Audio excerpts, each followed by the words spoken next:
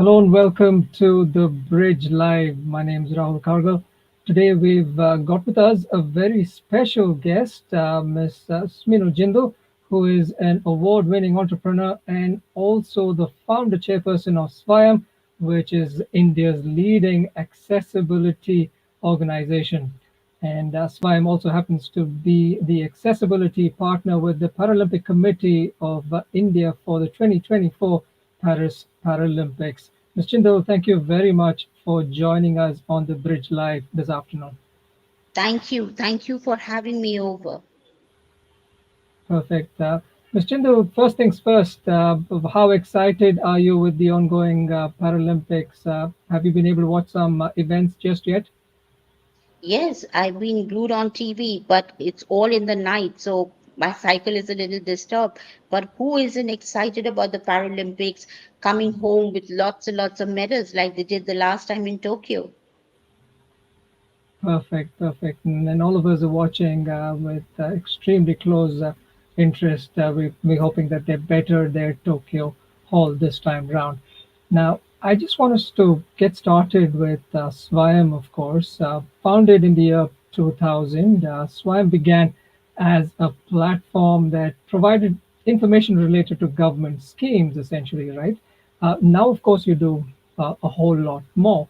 Can you please share with us the nature of work that Swayam is currently doing? Rahul, we started, like you rightly said, like an information portal. And because I realized very early on that the government does a lot of things, but we are not aware as a common person, as a regular citizen. We do not know about what all other things that the government proposes and gives us. So we started with a portal so that we are able to make people understand what is it all about and what are the benefits, especially when people with disabilities go around the world living a regular life. We realized that doing that was still not getting the accessibility message across. Accessibility, fortunately, unfortunately, is linked very close to disability. But accessibility is actually a solution that helps every person live their regular life. I mean, how many of regular people going on a pedestrian pathway have come across that you have to go straight, then you go two steps down, and then you have to climb like three steps up? So there is not a pathway that I know is unbroken and accessible for regular people. How many of our children can actually go ride a bicycle on the pedestrian pathways and learn how to drive it? Now we all have to take our time to make our children learn by going to a public park. These are small little issues that help lead a more qualitative life, but we are unable to know what and how to do it. And that's what inspired our work in accessibility to come in. And that is why we're an accessibility organization concentrating on accessibility. Disability happens, but I wouldn't call it unfortunate because I think it's part of life. As we grow, we were kids, we saw we couldn't reach the wash basins on our own. As we, become teenagers, have a broken leg or an arm. As we grow older, we anyways have reduced mobility challenges. So instead of it really being just a disability cause, it's a more reduced mobility cause. And we've been working because we believe no matter what, we all deserve dignity. So that's what our work has been in the past for 24 plus years. Perfect. Yeah, we all deserve dignity. Everybody does deserve dignity. Well said there. Now, initially, of course, Swayam was spreading information, right? But thereafter, you went ahead and started offering, solutions, tangible solutions as well. Is that understanding right? And if yes, can you just share a bit on that front as well? Uh, we realized that if we didn't have rules, people would not be able to break them and other people would not be able to get anything done. So to get rules, we need to work in public policies to help government empathize with this particular area and how they can help in by making things more accessible for regular common human beings. And that's where a lot of public policy interventions were done by us. Some places we do a lot of audits lot of talk in terms of how to get about it. And that's what we've been doing and got a fair bit amount of success because policies are there in place for a lot of things. And like you rightly said, accessibility is picking up, but not at the speed I'd like it to. And you've been pushing for policy change for a while now. Can you share with us how policy has changed since, of course, you began advocating for that?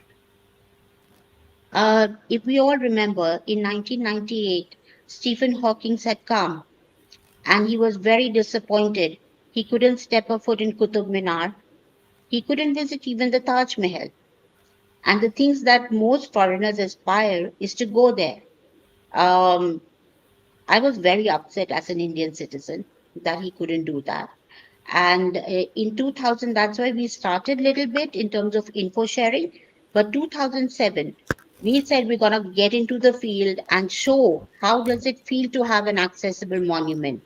So we started our first work with ASI, understandably with Kutub, and we had a breakthrough. And from that time onwards, I think now everybody understands, even on a world level, that heritage sites need to be made accessible.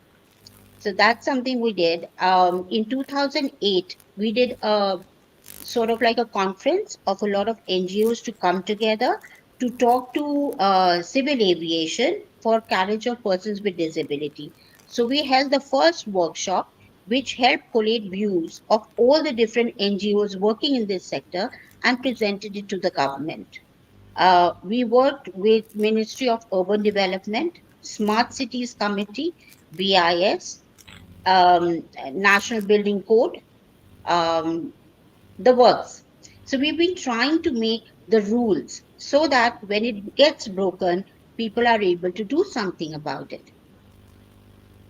Perfect. And it's interesting you mentioned the ASI sites. I've been to several myself, and accessibility is a challenge there as well, right? And slowly, over a period of time, have you seen these tangible changes yourself when you go out now? Like I said, I still have a long way to go, but I do see a whole lot of sensitivity and a better handling kind of situation now. The current government has been very, very, foresighted in terms of bringing an accessible India campaign. It's a different story that the awareness is still missing, and a lot of people are still do not connect with the issue like how they should. But one step at a time, at least the government has taken that initiative, and I'm appreciative of it. Perfect. And now I just want to draw our conversation towards the Paralympics, right? The para athletes in our country struggle on various fronts, right? And you've been working with the PCI for a while now. Based on everything that you've seen, Ms. Jindal, can you give us an idea, our viewers an idea of the nature of challenges that the para athletes in our country face from an accessibility standpoint? Uh, I mean, in our country, quite honestly, sports facilities aren't where we want it to be. And we've been working very hard. I don't want to say that the government did nothing or something, but I think we've come a long way. But for para athletes, it becomes even more challenging because transport is a very important aspect that we must take care of. Like, how do people who are good para players but be able to come from a village to a state to play a state championship? And how from a state they can come for a national championship? The current government did a wonderful job in Khelo India. That's the first ever in the history of India para games that were conducted where again accessibility was thought about. They introduced accessibility, and we are so happy to join hands with them to be able to provide some amount of accessibility in transport. Even during COVID, we realized that without accessible transport, one can't even go ahead and save their lives by getting vaccinated. Uh, there is not a formula, Rahul, for me to think about it. and to tell that there is a formula how to make things work. We are also trying very hard, but I understand that without transport, even if we have islands of accessibility like a stadium or a city like Delhi, it is still not enough because it's like blood going to organs. So if transport systems don't exist with accessibility, it still makes life very difficult for para players.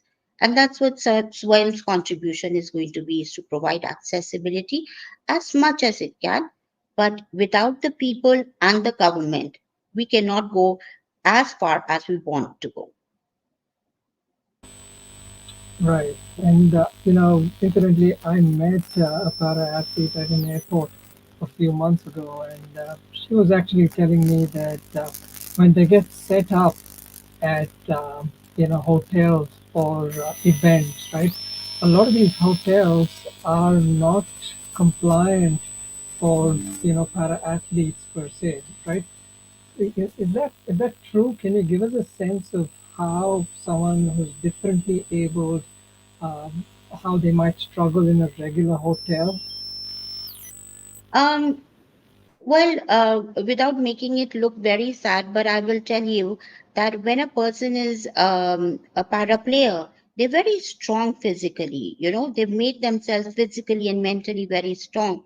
Um, Yet there are places where, like, just because I'm on a wheelchair and there are stairs, I still have courage and I want to go ahead and get that hurdle over by helping four people can help me climb over it. But what happens if one of them accidentally I slip? There's an oops moment. None of us can do anything, but my body would have to pay the price of that fall.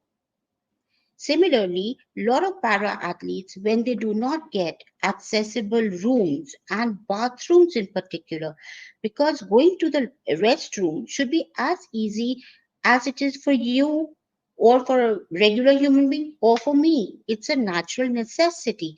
It is not something that I can go about saying, okay, I won't go for a day. I mean, I don't think any human can not go for a day. So accessibility in restrooms is extremely important, and I do agree that our tourism ministry as well as hotels in five-star hotels, four-star hotels, they should look at rating also on the basis of accessibility of their environment, because any tourist that comes for happiness, and it's a service industry. It must cater to everybody's happiness, at least comfort.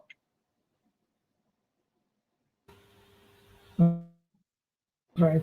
I was just reading some news reports that came out just before the contingent left for Paris, right? And Bhavina Patel, the Tokyo Paralympics medalist, she went on record and said that, Swam's played an extremely important role by providing us with vehicles, right?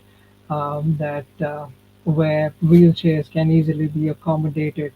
Uh, Tell us a bit about the nature of that support that she was referring to that came from Swire. Um, Accessibility in vehicles is extremely important because I don't know how many of us can really visualize, but to put a person from their chair to a car requires a lot of fumbling and pulling of arms and pulling of leg, etc. It's very embarrassing for a person being helped like that. It is also very strenuous on the caregivers to do that kind of transfer. So Swayam has provided for vehicles where the wheelchair can just straight away go in either via a ramp or a hydraulically operated elevator, and they can be seated comfortably and their wheelchair can be locked. So from that angle, they don't have to do a whole lot of shifting that makes it uncomfortable for them because they're already going for a long journey. And that's how we contributed in helping their dignity. That's right. And And especially para athletes, they're going to get photographed so well, so many places. So when they do that, they don't want like an oops, my shirt's going this way, oops, my skirt went up, all that stuff. They avoid all that funny faces in agony or in embarrassment. this support that Swam offers, was that limited? or they stay in Delhi, or you're extending that support to while they're in Paris as well? No, Rahul. Quite honestly, International Paralympic Committee also has its own rules and regulations in terms of how an outsider can go in, because there are a lot of security issues around it also. So for us, what we've done is mostly around Delhi, but with the help of all of you getting more aware about this subject, we hope this noise is raised right up to the topmost level and that we work on a larger scale so that we can give our para athletes something more than just money or recognition, but tell them the country appreciates that they took that effort of coming from their villages and representing India on a world platform. That'll be the biggest gift that we can give them. Perfect. Well said. Also, uh, the general public is only now opening its eyes to para athletes and Paralympics as a topic and para sports, right? There's a lot of pity involved in conversations surrounding the differently abled or people with mobility issues as such in civil society, right? Can you give our viewers a sense of the mindset of an individual that is differently able? I'm asking this because we were in a conversation with Dr. Amey Gali just a few weeks back. He's a doctor now with the Indian contingent in Paris, and he was telling us that the differently able should not be pitied upon. They're superhumans, right? So tell us a bit about the mindset of the differently able. Um, Rahul, honestly, in my opinion, um, people who are suffering with any kind of adversity, they're brave human beings. Just because somebody is able to walk or do things regularly and somebody isn't able to, doesn't make the agony of an able bodied human being any lesser. We all deal with our own problems, so we are all heroes when we come out and have victory. Yes, there are extra challenges in terms of built environment and transportation that we face when we have a period of reduced mobility, but that is what human beings are for, is to help each other. This benefit of helping another person cannot really come from an animal, it can come from a human being. And that's what civilizations go forward with. So, in terms of challenges, yes, they do fail. They do feel, not fail, they do feel the challenges. But the whole idea is about you've got a situation, you've got to move on. Pity doesn't take us much far. Even if my parents pitied that I failed my math exam, it didn't make me excel. They just said, brush it aside, work harder next time. So that's life. Life didn't come that it would be fair. And we all are dealing with our own set of problems, and it makes us all heroes.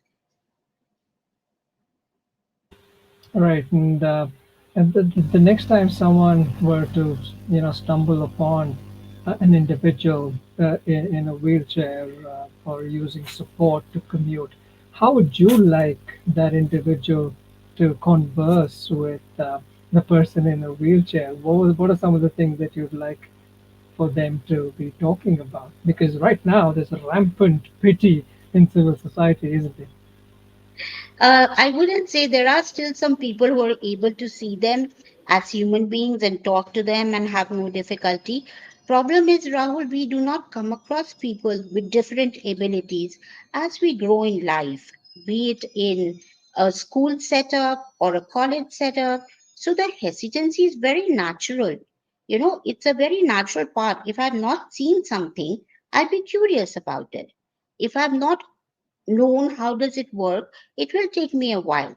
But with accessibility, people will be encouraged to go out of their homes.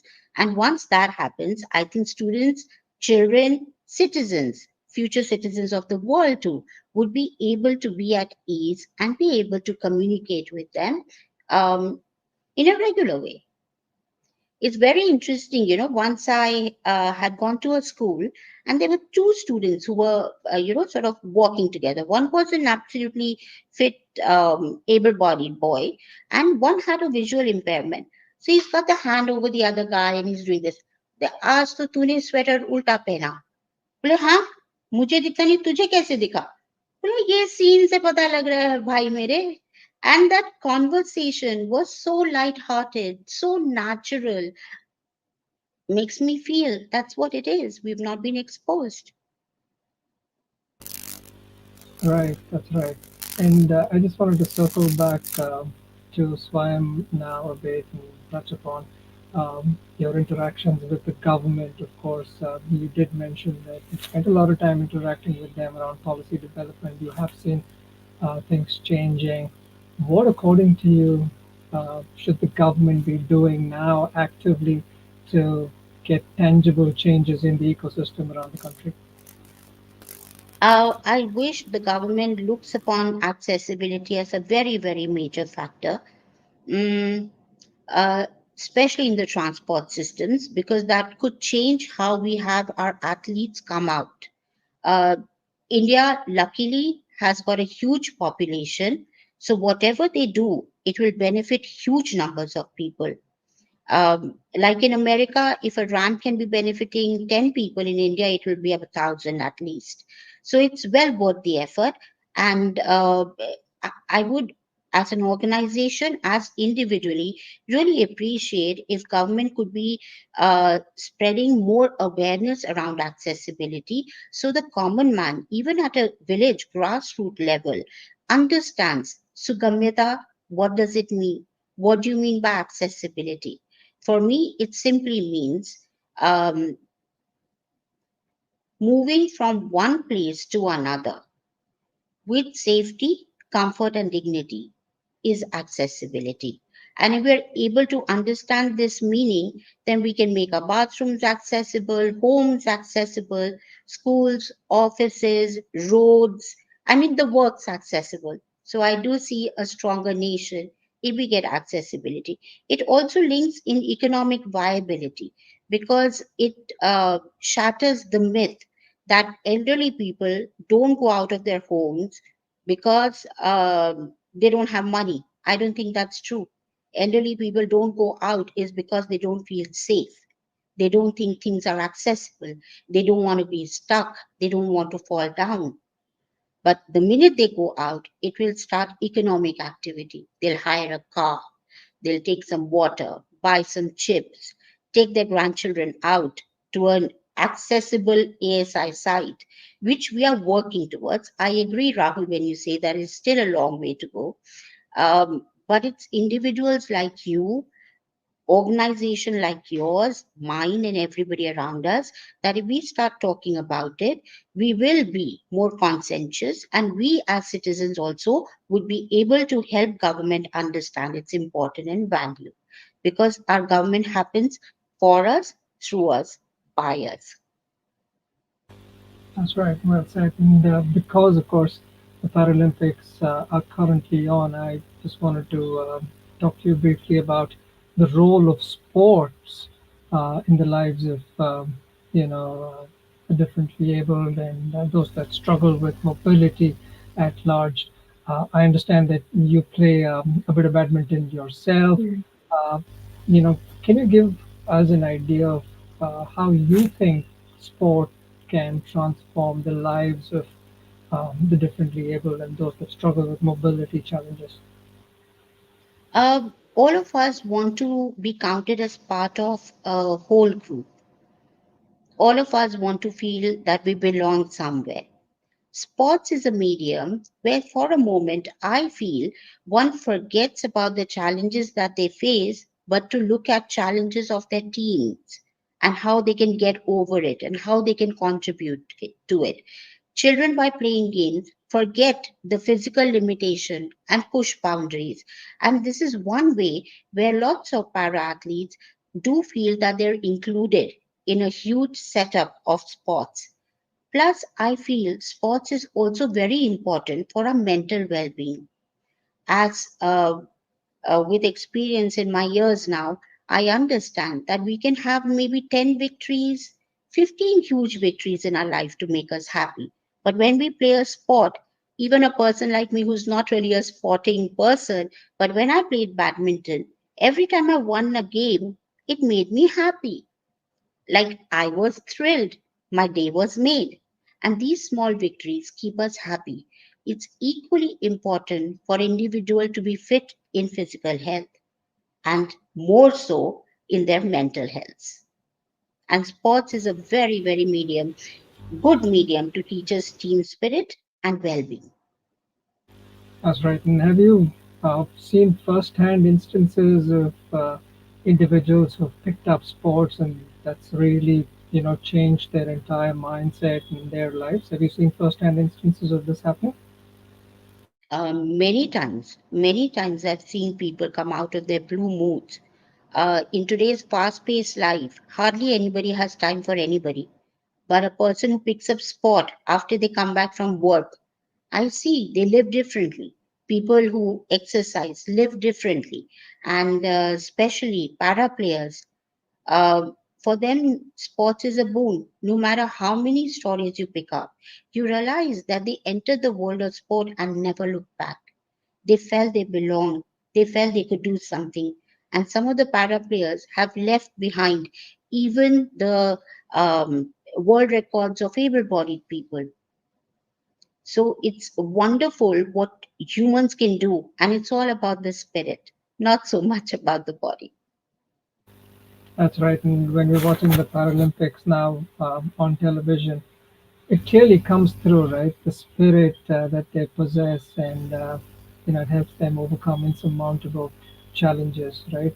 I wanted to touch upon the fact mm, within a couple of minutes that we have. You've been an award-winning entrepreneur, right? What are your near-term goals right now, Mr. Jindal? Are you talking about professionally? Well, yeah, we can start with the profession and talk about your other near-term goals as well. Well, whatever I speak to you professionally will affect the shares of Jindal Saw. All But right, yeah, I'll so let you take it. Yeah. I do want the company to grow, and we are growing manyfold. So we would like to concentrate on certain projects that are very close to my heart. But having said that, overall the company is doing good, and we wanted to become stronger. In terms of Swayam, I do expect the world to become a bit more accessible. um, I understand and appreciate there is not much knowledge out there how to be. Today, Rahul, if I told you you could make your washroom accessible at hardly an incremental cost, you'd jump with the idea because we don't know when we might need it. We did a lot of work in villages also, and we had a lot of success called through a project where we talked about accessible family toilets. Um, it's an amazing project, but we'll talk about it another time.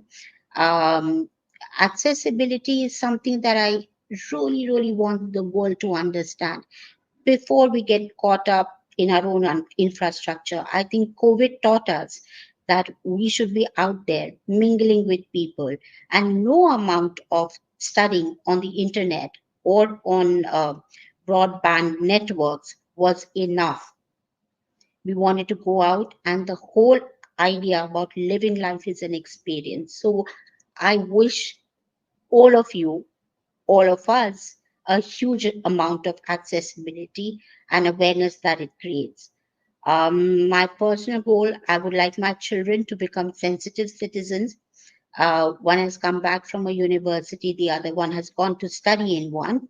But when they come back, I want them to be all rounded citizens and help in accessibility, help in realizing that there is strength in making people feel stronger, more dignified, and be able to tackle more challenges in life.